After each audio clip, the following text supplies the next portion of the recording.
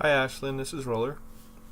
I'm here to give you some advice. So first, let's talk about whether it's possible. Yes, it's possible to reset the password. Don't worry, it happens. And then the other thing about should you just reinstall? I recommend having more than one install of FreeBSD so you can play around with more than one. But also, you could just just to get you into the hang of doing the installation, but you don't need to. That's fine. So what I'm going to do is I don't want to actually change the password on this machine. So what I can do is I can take a snapshot of the machine where it currently is. So this is how the machine was set up. So how machine, and now I can always come back to how it was set up and just hit restore. And the current state I can use and just basically temporarily use it to show you what to do to change the password, and then I can just restore back to this and my machine will be how it was before. So let's go ahead. So I'll start it up, and when this countdown starts is when you need to act. So right away, right here, it usually does the number 1. So if you push number 2 instead, it'll boot single user. So let's push 2.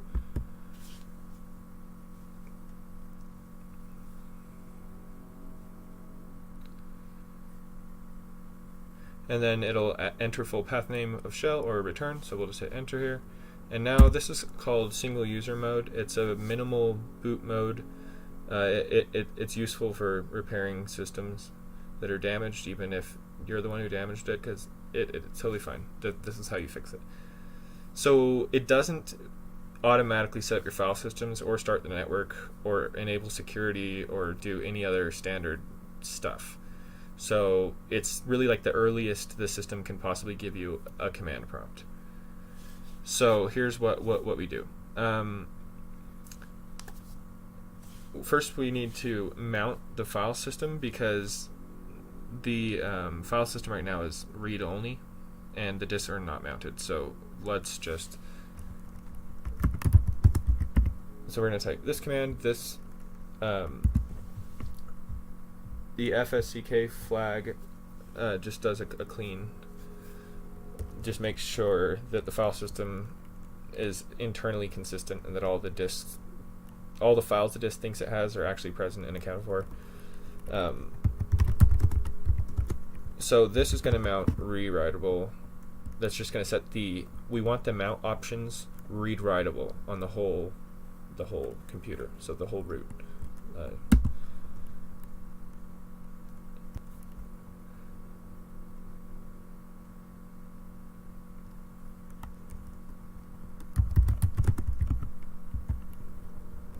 So that must, let's try it. I think on this computer, so on your computer you won't get that error because of the way we set it up. But those are the 3 commands you're going to need to type to mount your system. FSCK-P, mount -ORW, and then the slash, and then mount -A. On my system, I'm using ZFS. So to make datasets available in ZFS, you actually just type ZFS mount -A. But we didn't do ZFS in the class, so I believe you're not going to have that.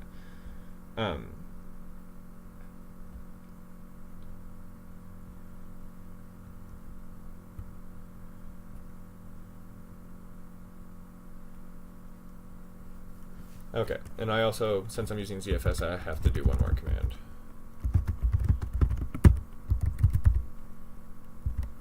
But it's basically doing the same thing, just turning the read-only thing off so that we can actually change the file system.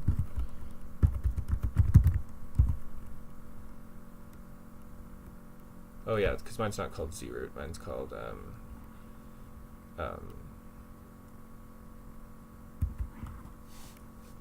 this.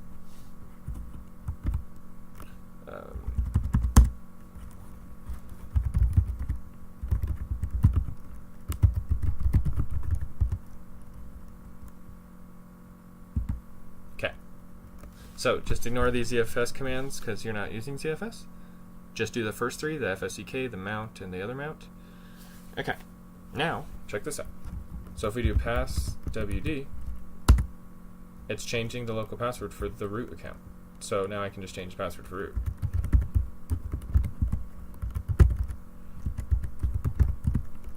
There we go. And if I wanted to, I could just type pass WD and change the password for my local user account too, which is called Ansible on this computer.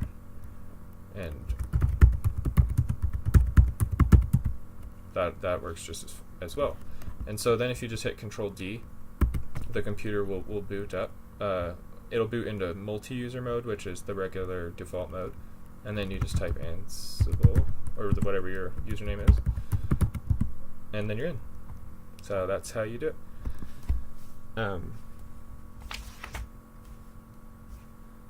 But yeah.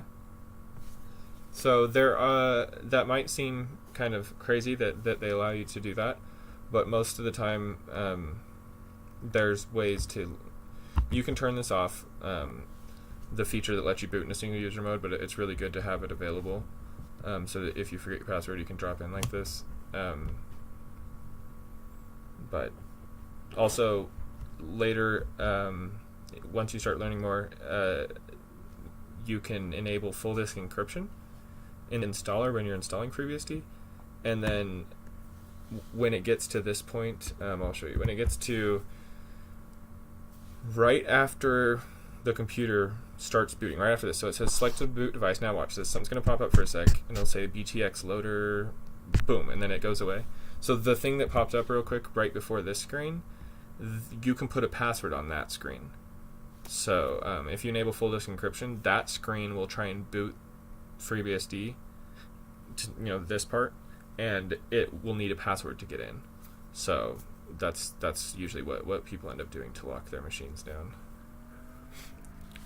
But yeah, so hopefully that helps, and let me know if you have any further questions. And it's great to hear that you're using your virtual machine.